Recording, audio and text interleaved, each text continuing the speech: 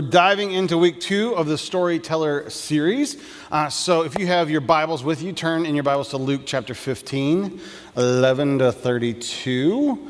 Luke chapter 15. I mean, if you were reading along in the Connect Journal and you saw that the prodigal son was the story, you knew what I was preaching on this week.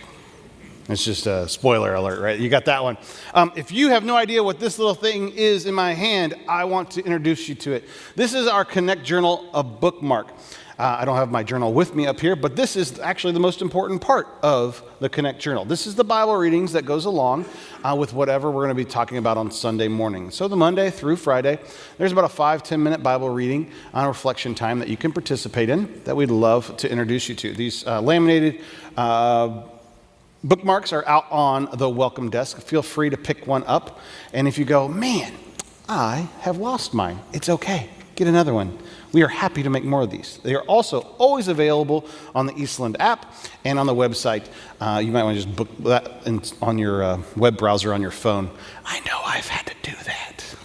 Okay, so there's no shame in that. But I want you to get engaged in this. Our Sunday school class, our group that meets before this service, we go through the Connect Journal readings. Now, most of it is spent talking about Mountain Dew and silly stuff our kids have done. However, we try to rotate the whole thing around the Connection Journal moment in that. And the more you put into the Connection Journal, the more you get out of that. It's just how that works. So anyway, that's that today. But we are diving into this teaching about the storytelling of Jesus. We're going to go into the prodigal son, or the tale of two sons, or the great father. Whoever is your hero or who you identify with in this is probably how you title this particular spot. But Jesus, as the master storyteller, is at his peak of amazingness in this moment. Because honestly, I could probably preach on Luke chapter 15 good. I mean, I know I took 17 weeks with James. All right, whatever. But I could talk about this particular, these 3 stories, the lost coin, lost sheep, lost son, maybe a year. We could probably get a year out of it. And I'm not going to do that to you, okay? Like, Jared, you're beating that dead horse. I understand. But it's just such a deep mine you can keep on digging into.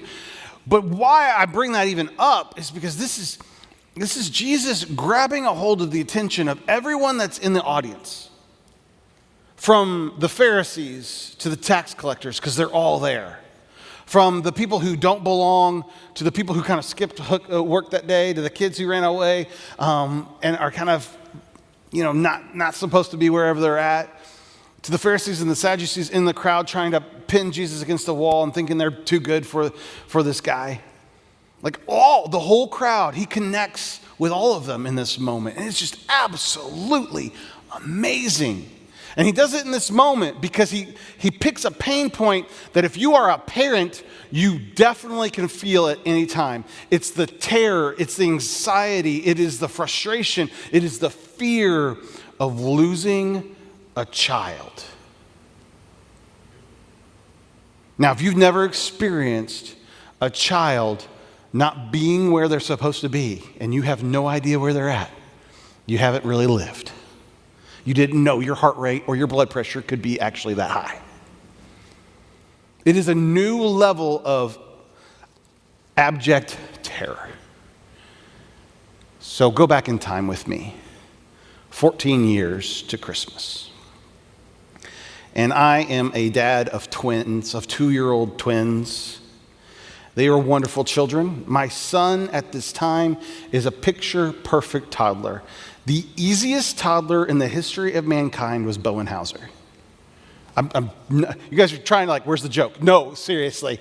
Was such an easy, he was awesome. My daughter, Kendall, on the other hand, abject terror of a toddler. Which I know, you guys are like, what? Now, Bowen's awesome. But you wouldn't think that Kendall was the troublemaker. Kendall was 100% the troublemaker because she did this thing try to die every 6 months. And so she had really bad asthma. Anytime she got a cold, we get to lifeline in a helicopter to the hospital. It was her way of getting attention, apparently. I don't know what that was about. So I was going to we were going Christmas shopping. Kelly was an overwhelmed kindergarten teacher at Christmas. That is when all the stuff happens for kindergarten teachers. And so I, being a good husband and trying to be a good dad, said, I'll take the kids Christmas shopping. However, dads, don't take twins Christmas shopping. December 22nd is not the time to go out with kids. All right, and so I have Kendall in my arms because, of course, she was sick. And so where does a sick toddler belong? Do they belong in the cart? No. Do they walk along? No. They are attached to your hip, and they will not go anywhere, and they demand all of your attention with the coughing, with the snot, with the stuff. Everybody's with me. And so Bowen, being the man, being who he is for me, is coming up just so clutch. And he's walking by my side, and I got all of Kelly's gifts in this arm. And so there's no room for him. He's not whining. He's not complaining. He's not doing anything. He's just being Bowen. And he's just chilling. And his favorite game at Kohl's at this time was to not step on the cracks in there. So he's just walking, being the man. Being everything I need him to be. And I turn into the cashier. This is December 23rd, 22nd, something like that. Because I'm a guy. And I lay all this stuff. I think probably even put Kindle on the thing because I was exhausted. And they start ringing me up, and everything's going well. And I turn to find Bowen, and he's gone. He's gone. My man, the last male Hauser, the toddler that doesn't cause problems. Kelly's gonna kill me. He's gone. He's gone. I have no idea where he's at. And so my face must have changed color. I don't know if I puked I don't know what happened at this moment, but the person, God bless him, behind the other side of the register said, "Sir, are you missing something?" And I just looked him dead in the eye and said, "My son." And it's the feeling, I cannot conjure up the feeling enough for you to go, It's Christmas at Kohl's, folks. At that time, half the population of Marietta, Georgia happened to be at Kohl's on December 20th. All the guys in Marietta, Georgia were at Kohl's on December 23rd. And that feeling that, oh my God, this is the worst time. This is not just a misplaced. This is not, he's he's wandering around the house. He's hiding from me. We're at Kohl's with 8 million other people. He's gone. And he is the coolest kid ever. So of course somebody would want him. And that's where I was. And that feeling, that pit. And that's the feeling that Jesus is bringing into people's lives at this moment of when he tells the story of the prodigal son, the lost kid. I want you all to feel that tension, the anxiety, that, whoa, where's my child? And that's where he brings them to in this moment. I want to talk about this moment of if you don't know the parable of the lost son, well, we're going to read it for you in just a second. It's a doozy. It's great.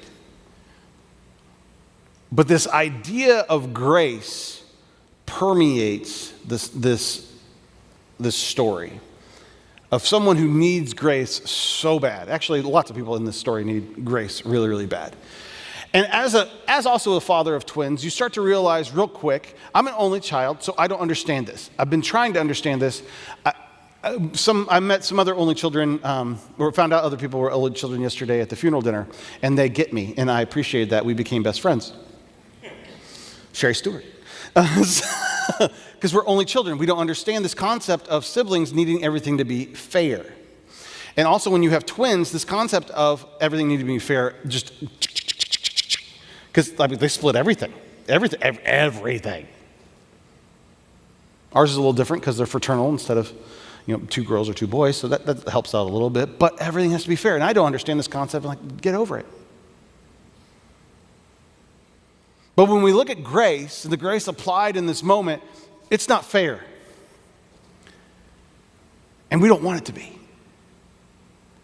Like the idea of grace, I think the Pharisees all sitting in this, listening to this message of Jesus of this time, like, yeah, if you do A plus B equals C, and that makes sense. And Jesus says, I do what I want. Grace is not fair. And for our brains, for our minds, and for how we process even our relationships with God, we understand I sinned this much, therefore I need to do X, Y, or Z. They sinned that much, they need to do X, Y, or Z. It's not fair.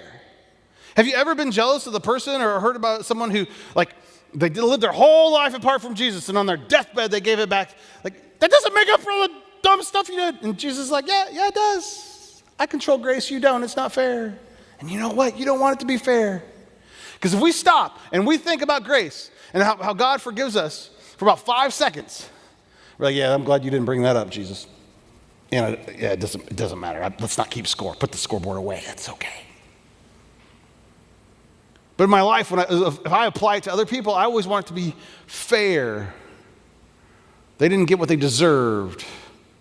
But the overarching narrative of the prodigal son is grace is not fair. It's more. It's bigger than we could ever dream of. Let's go to the text. Luke 15. I'm going to read it. I don't think it's going to be on the slides. It might be. If Ronnie wanted extra credit today, I told her not to, so she would. But just read with me. Close your eyes, whatever you need to be. If you have the scripture in front of you, read along. This is Luke 15.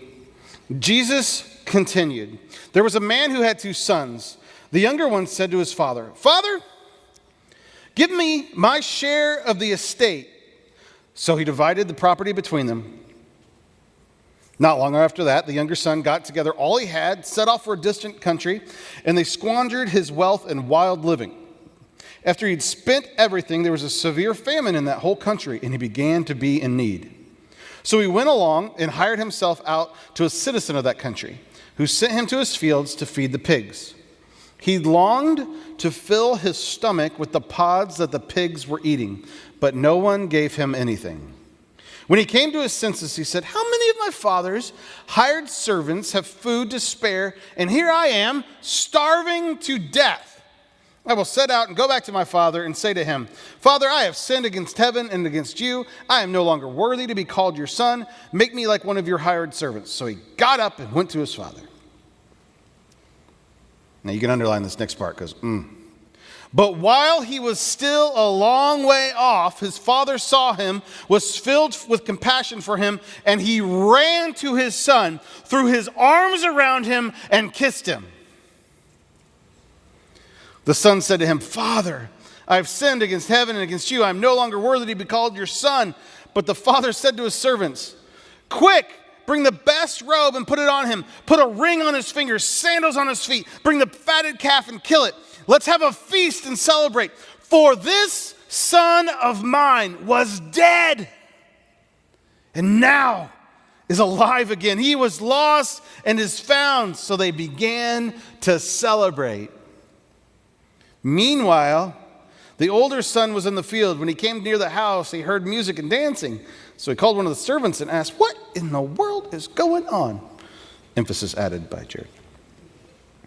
Your brother has come, he replied, and your father has killed the fattened calf because he has him back safe and sound. The older brother became angry and refused to go in. Threw a little pity party.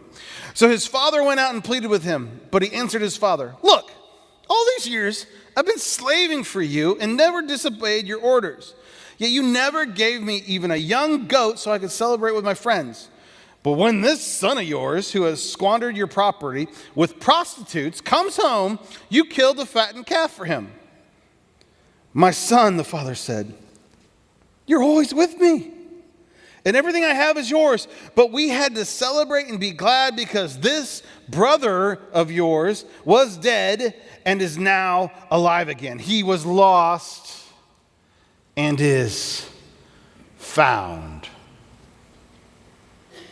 There's so much goody in here. So I hope you're comfortable and had an extra donut.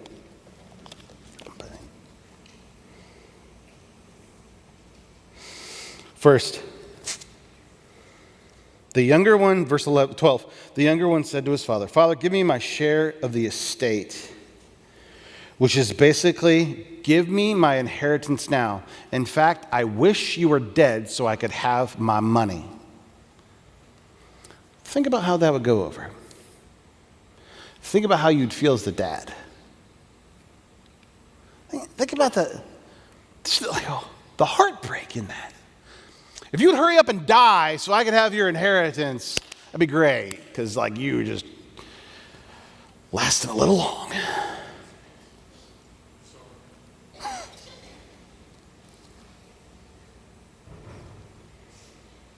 This is so, in our culture, that's rude. In their culture, this is unforgivable. This is just against all social norms. This is terrible.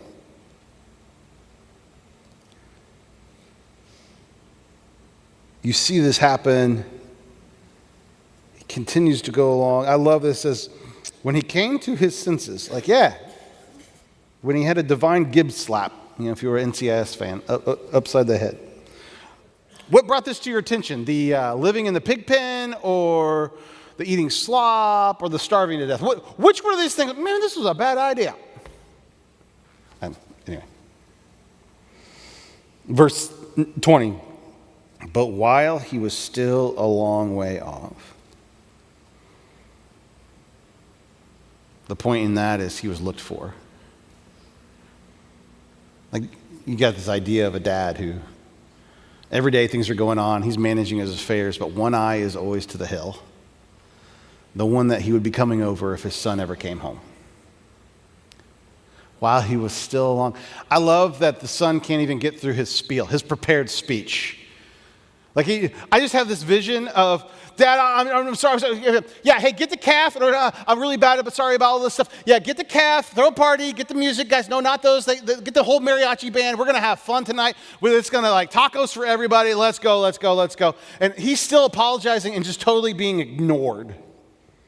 I love that, because why? Grace isn't fair. He was expecting and deserving to be treated like a slave. Instead, he's elevated back to, this son of mine who was dead is now alive again. And that same representation of grace is what happens to us when we stop living the stupid lies and lives that we have made for ourselves and said, God, take me back. And he says, okay, you got it. And then that prayer goes a long time for us. We got weeping and snot and all this stuff. God, I'm not good enough. God, please do it. God's already cut us off and be like, woo, party in heaven. Steve's back. The angels are rejoicing, the whole place is going nuts, and we're still I'm sorry, God. And he's like, if that's what you need to do to process emotions, you go right ahead. But grace is not fair. You're back, baby. I love it. My son who was dead, my daughter who was dead is alive again. The lost has been found. We have these three key actors going on here. The younger son.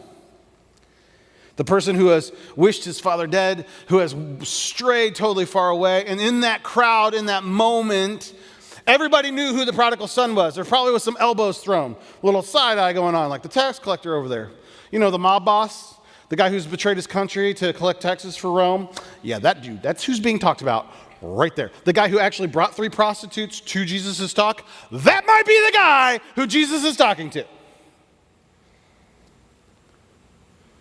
You have the older son, the Pharisees, who think they're so right. They're doing everything right. I just have the little prim trying to judge Jesus, catch him doing something wrong. And when he gets to the older son, those tax collectors, they're like, yo, you're the one he's talking about now. How you like me now? And you owe me some money. You have the older son in this moment. And often, if I'm honest with myself, if we've been in church for a while, we can identify a lot more with the older son. And that scares the bejeebus out of me. I don't want to be that hard-hearted. I don't want to be like, well, they don't deserve that. They don't deserve that. What do you mean you can have a deathbed confessional? That's not fair. It's not our place to decide what's fair. It's our place to serve an amazing God. Often I find myself in the place of the older son. I didn't go build a crazy testimony when I was in high school, right? I did stupid things, lots. But it wasn't like your billboard-esque stuff. It's like I wasn't that bad. I didn't do these things. I wasn't as bad as that guy. And I got into this comparison game, especially in college, like I didn't do that. Why do they get X, Y, or Z? Why do they get that gifting? Why do they get that opportunity? Why do they get that? That's the epitome of the older son. Like, that's not the point. The point is, this brother of yours, who you refused to call brother, you called him the son of yours. Like, there's some family dynamics there. I understand a lot more now having kids. I could see Kendall be like, that son of yours, he's your brother. That daughter of yours, Lucy's your sister, Bo.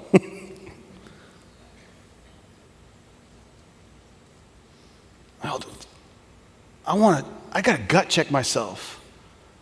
Am I stuck in this mode of the older son that I'm not thrilled, I'm not ecstatic when a lost person has been found? That I'm not wanting to go buy fireworks and set them off when this brother of mine, this son of God, has now come home? Like, I got to check my spirit in this. I got to check my thought processes. It's so easy to be the older son in this story because he's demanding fairness. And God says, listen, bud, fairness isn't part of the story. Grace isn't fair. The default positioning of my love is not fair. Sorry about it. Get over it. This brother of yours who was dead is now found. He's now alive. The lost is found. Grace isn't fair, and I love it. Grace is not fair. It is extravagant, and it is forgetful. Grace isn't fair. It's extravagant, and it's forgetful.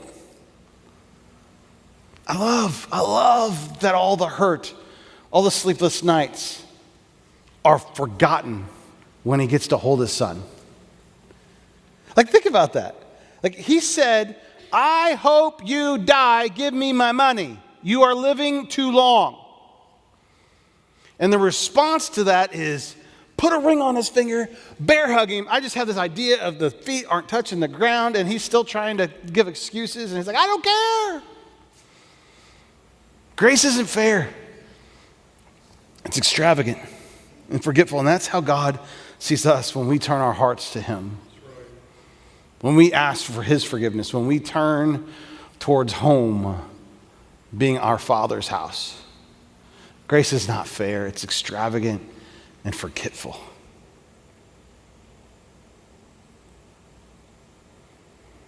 Grace isn't fair. I said this before, and we wouldn't want it to be. Because if we think about it for more than 2 seconds, we don't deserve any of this grace. We may feel entitled. We may get to a spot where, like, I deserve this. I deserve this. No, we don't. Grace isn't fair, and we don't really want it to be. Verse 31, my son, the father said, you always are with me, and everything I have is yours. But we have to celebrate and be glad because this brother of yours was dead and is alive again. He was lost and is found.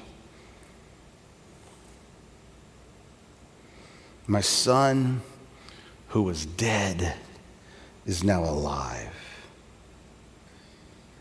And think about it. Jesus is teaching a multitude of people, and he's speaking these truths, and he's got them right where he wants them, because he's like, we all have lost a child in our crowd. We all have feared. Infant mortality rate is through the roof at this time. So probably 75% in that crowd had actually lost a child. This dead son is now alive. Where relationship was broken, now is made whole. Where there wasn't a chance to have love and to have community and to have relationship, now it's all back. There is a chance the relationship is restored. Can't you be excited? Can't you be ecstatic? For us this morning, grace isn't fair. You are loved, and you can be restored in the love of Jesus.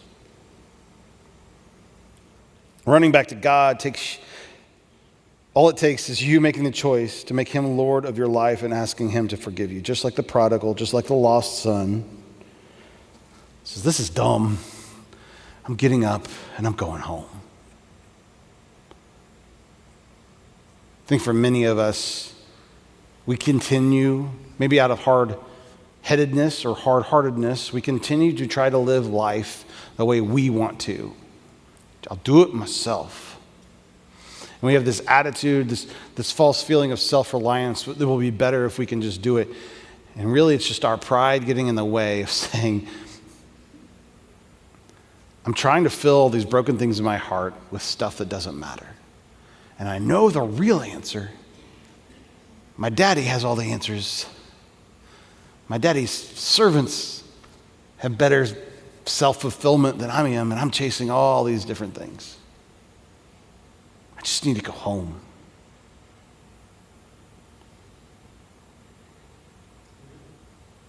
When I think about grace not being fair, I get a little overwhelmed. The idea it does not matter the depth of my sin. It doesn't matter how much I've hurt my Father in heaven. He throws a party and says, you who were dead are now alive again. You who were lost are found again. You are my son and my child. And sometimes in our lives, we need to be reminded that we haven't invalidated ourselves. We haven't walked too far away. We haven't gotten too muddy, too messy, too dirty. He welcomes us home. And in fact, while we are still a long way off, he sees us, he finds us, and he runs to us. Maybe this morning that's you. Maybe this morning you just need to start that journey back to the Lord. Say, God, I know I'm lost and I need to be found. I need some of this grace, this unfair, crazy kind of grace to bring me back into your family. Maybe this morning you find yourself as the older son in this. Why is that person? And you need a gut check. You need a heart melting moment of saying, I want to be a part of lost people being found. To come back to the Coles story, Bowen has gone. Christmas presents are all on the table. Kendall's sitting in the middle of it. I remember it like it happened yesterday. I'm looking at the teller at Coles. Sir, are you missing something? My son. Siri thinks I'm talking to it. I'm missing my son. Immediately slaps some button underneath the cash register. The gate comes down on the front door. Alarm lights start going off in the store. People that have Kohl's badges on descend from all over the store. Like, 2319, if you're familiar with Monsters, Inc. 2319. All over the place. I know there was men or women, and there was men. It was December 23rd. There ain't no women out. It's all guys going, what the heck's going on here? In the middle of a conversation with an associate, and that associate just turned away from them and ran. Because they all knew, the code started going out over the loudspeaker. Some parent had lost a child. And not 10 seconds later, I found him! I found him! And I don't even know if I even said anything. I just looked at him. Bowen didn't know he was lost. No clue. At the end of that aisle was the men's dressing area, and they had basketballs at the end of that. And so he was trying not to step on a crack to break his mama's back, and he just kept on walking, and the first thing he saw when he looked up was basketballs. Ball. And that's all. It was his favorite thing in the whole world.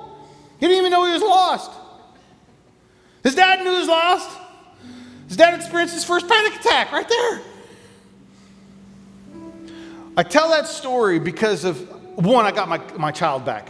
I don't even know if I paid for those Christmas presents, by the way. I just like swooped him up and we just walked out. I don't know if I said thank you. I don't know anything. I just knew that my lost son was back in my arms. Amen? Church, I will never forget the response of Coles. And I don't know if that's a normal response. I don't know if they practice that. But that button got pushed. The door things came down. The associates came from over the loudspeaker.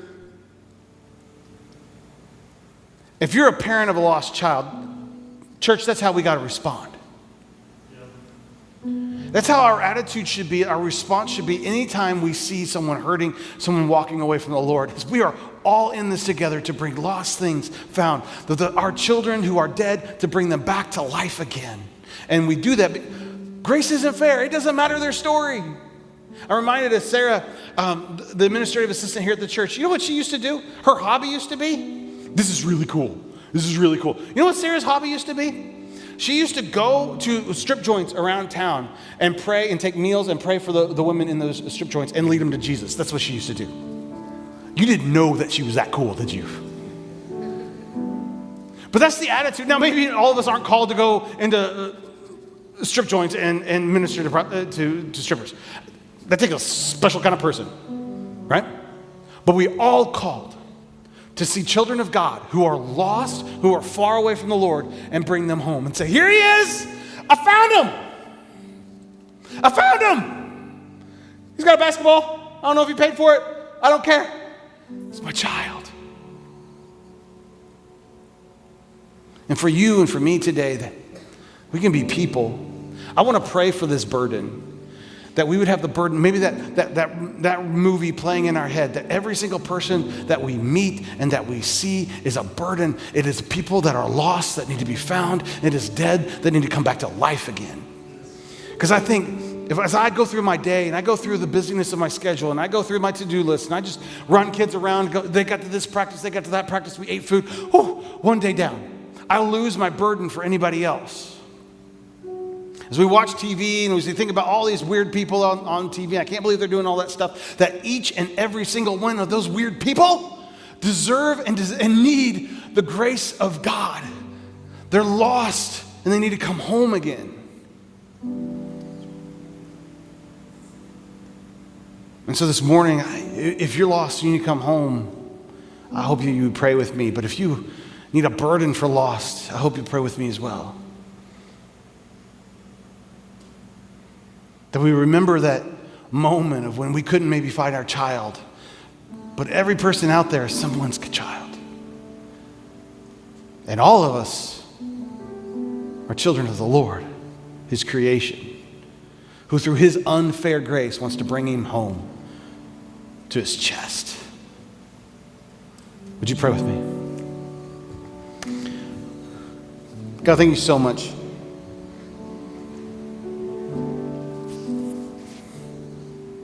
Thank you for grace that's undeserved. Thank you for mercy. Thank you that you are a forgetful God.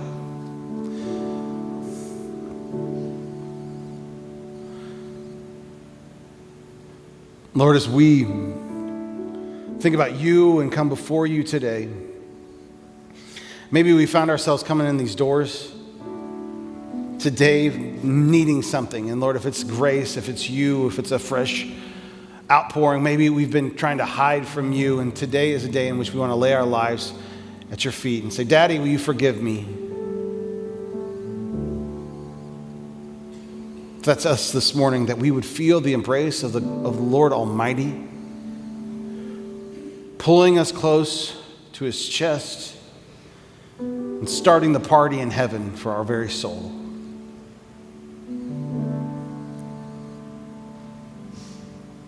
Lord, if it's us that maybe have gotten too busy, too self-involved, that we don't see the lost anymore. We see impediments to our day. We don't see dying people anymore. We see problems. And God, would you give us a holy burden to see the lost be found, the dead made alive again? Would you stir something in our soul, something in our heart, something in our chest, something in all of our being, Would you take our eyes and give us a fresh vision for what it looks like to be surrounded in our daily lives by lost people, by hurting people, by broken people, that you would give us the intentionality to bring lost and broken things to you, to bring them to your heart, so that when they're still a long way off, you can run to people's hearts.